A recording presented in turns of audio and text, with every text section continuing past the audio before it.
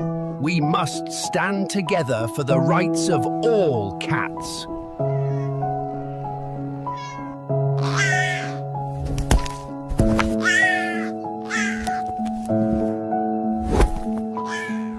Attack!